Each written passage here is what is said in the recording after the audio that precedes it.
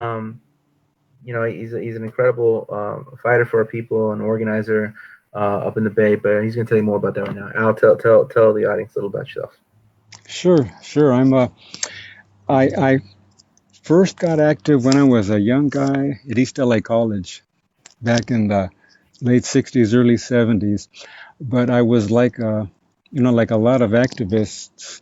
I might be there for one event, might be there for some things, but then I was doing stupid things too. I was getting high, taking reds, dumb stuff. I finally got past that, had a family, kids, joined the union, and I really didn't do much of activism until my kids grew up. What got me back into it was actually kind of coincidentally, I'm wearing an Oscar Grant T-shirt, but that was what got me involved coming back into the movement. The struggle against pig brutality and so forth. Seeing this young man murdered, caught on video, um, kind of got caught up in the one good thing that came out of that a pig was sent to uh, was convicted and sent to prison for murdering an unarmed black man. Unfortunately, the judge undercut everything, and he basically, I think, did a couple months. But nevertheless, that kind of had a lot of us thinking, man, we've finally had a breakthrough. We've set this precedent now. We're going to be putting pigs behind bars, and unfortunately, that was one of the few times that happened. That really emphasized the rarity of getting justice. But I continued doing anti-police brutality work, trying to support the families and some of the berets, the National Brown Berets, Shimai and Jesse Ornelas, asked me to join the National Brown Berets. So I came aboard about, I think 6 years ago, maybe 7 years ago. Yeah. For those in our audience who might not be familiar, can you tell us about the case of Oscar Grant? Sure. Oscar Grant was a young man. I believe he was 23 at the time. I might have his age wrong, but he was a normal kid. Uh, wasn't perfect, but he was had a family, had a little girl. I believe she was 4 at the time, Tatiana, and he had gone into San Francisco to see the fireworks on New Year's Eve, and his mom told him, "I don't want you getting in any trouble. I don't want you to risk anything. Just take the BART. You'll be safe, so you're not driving out there." There was some kind of fight on the BART, and Oscar was just there, but they emptied out some of the people in the train there at the Fruitvale station. He was in a Hayward bound train. There was an officer, Messerly, who was a big guy. I think he had some previous connections with another pig department where he'd beaten people up. And long story short, he had grabbed his taser a couple times during an altercation there on the uh, at at the train station. And long story short, Oscar was handcuffed, lying on his stomach, and he shot Oscar in the back and killed him. I think that uh, Messerly had claimed that Oscar was going for a gun. He thought Oscar was going for a gun, even though I take it back. He wasn't handcuffed. His hands were behind his back, though. He claimed that Oscar was going for a gun. So Messerly says he meant to take out his taser and tase him, but instead he took his service weapon out and shot him on the back. And the whole story stinks because of the fact that twice he had grabbed his taser during the incident as it unfolded, so he was fully aware where it was. And the second thing is, if a cop believes that somebody has a gun, he doesn't downsize. He doesn't think, well, I better tase the guy. He goes for a gun. So he did go for the gun, and uh, shot him in the back, killed him, and Oakland really stood up. People hit the streets. There was, as I recall, some pig cars were burned. So there was people were in the streets. A lot of good organizing. They had to move the trial down to Los Angeles, and the jury had they found him guilty. I think it was like second degree murder, and they added a gun enhancement, which meant that Messerly would have to do at least 10 years in addition to whatever the sentence was. But the Judge Perry, threw out the gun enhancement and reduced most of it to time served. So I think he did something like maybe 5 months. Yeah. 5 months for murder. You mentioned no, it's horrible. You mentioned the mass protests in Oakland. What Yeah. role?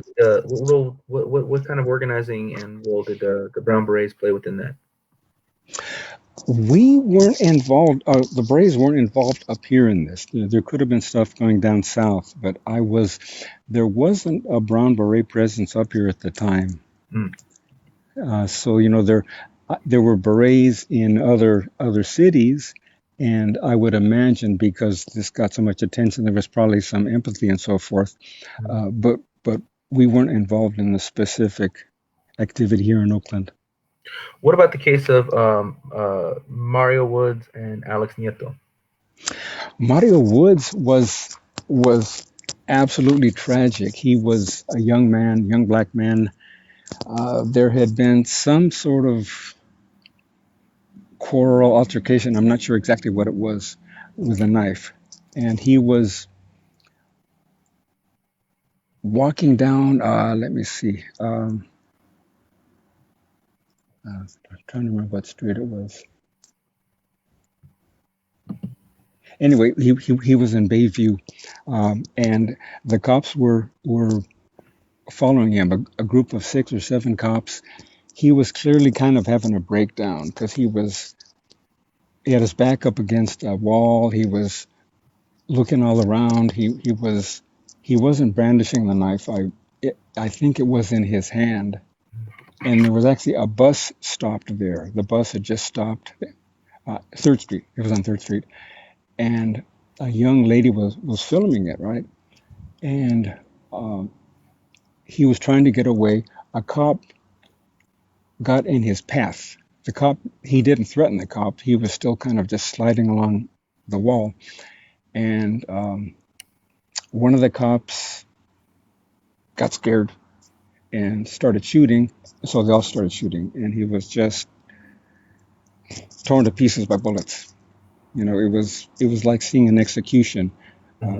Having seen the video, I want to connect it to the Alex Nieto murder too. Alex Nieto had never been in trouble.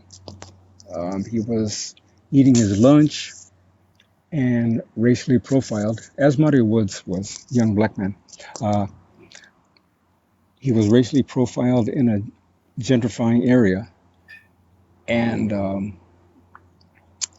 let's see. So, that's right. He was security at a nightclub, and he had his taser on. He wore a taser in a holster attached to his belt. And like I said, he was eating his lunch in Bernal Park. He was heading down the hill back to work, and some of the gentrifiers walking their dogs had seen him with had spotted the taser, and decided to call 911. Said, well, it looked like a gun. So the call went out.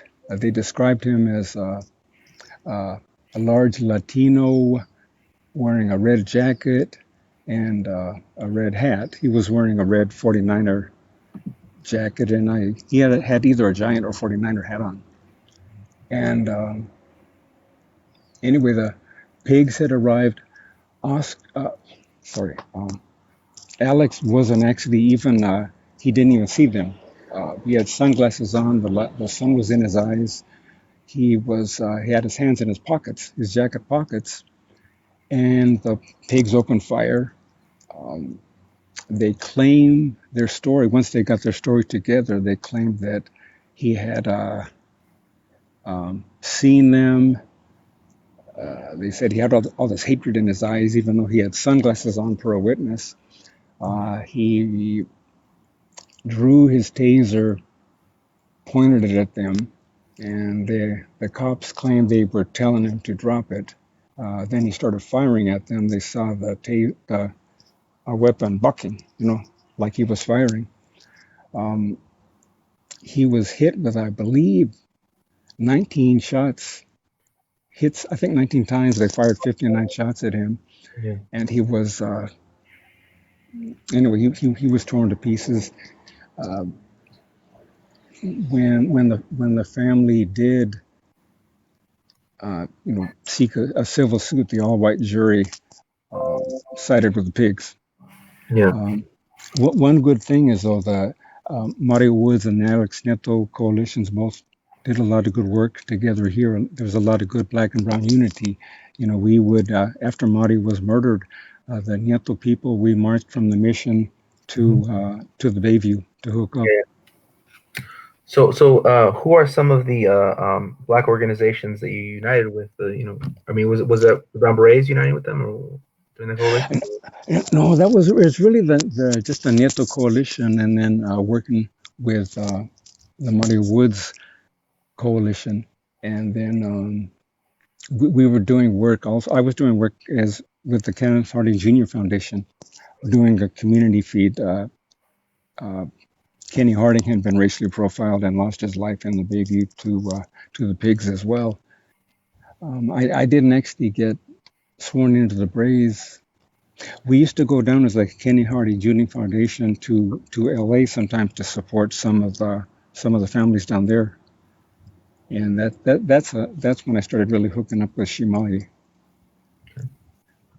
So, to the question, the berets. Well, before we get to that,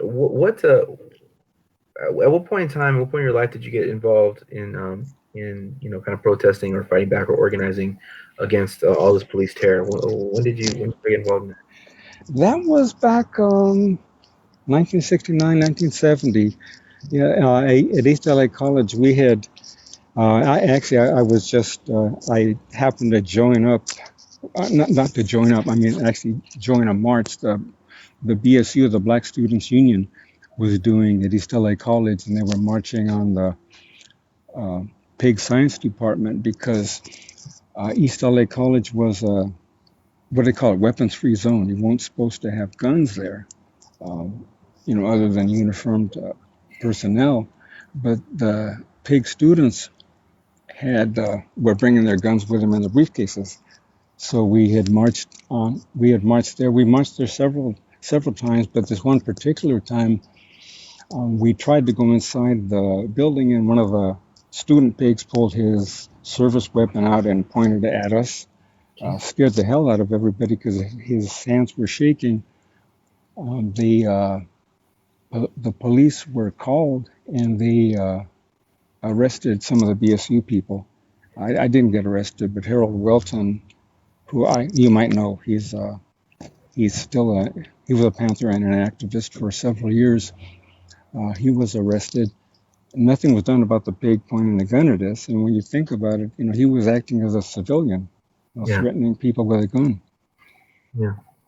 But the time of the Chicano moratorium, actually, I was around at the time doing things, but I was also doing stupid things, and I think I was probably, you know, partying or whatever, and Yeah. the night before and missed it.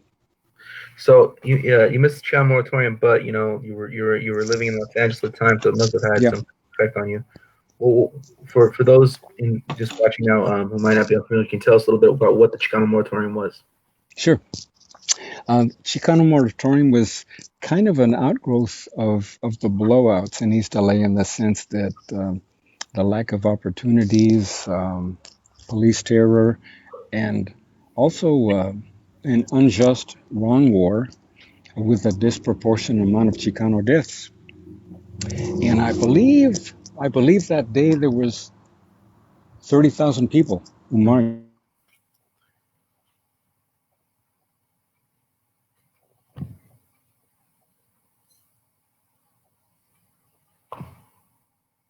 or I'm not, you know, the pigs say that. I don't know. Something might have happened, but I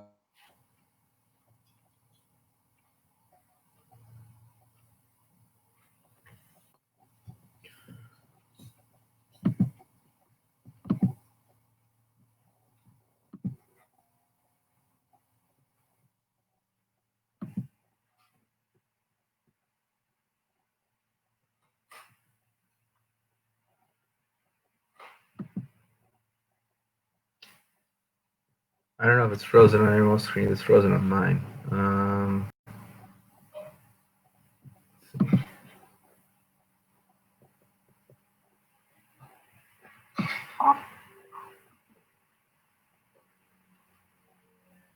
don't know if it's frozen on everyone's screen. It's frozen on.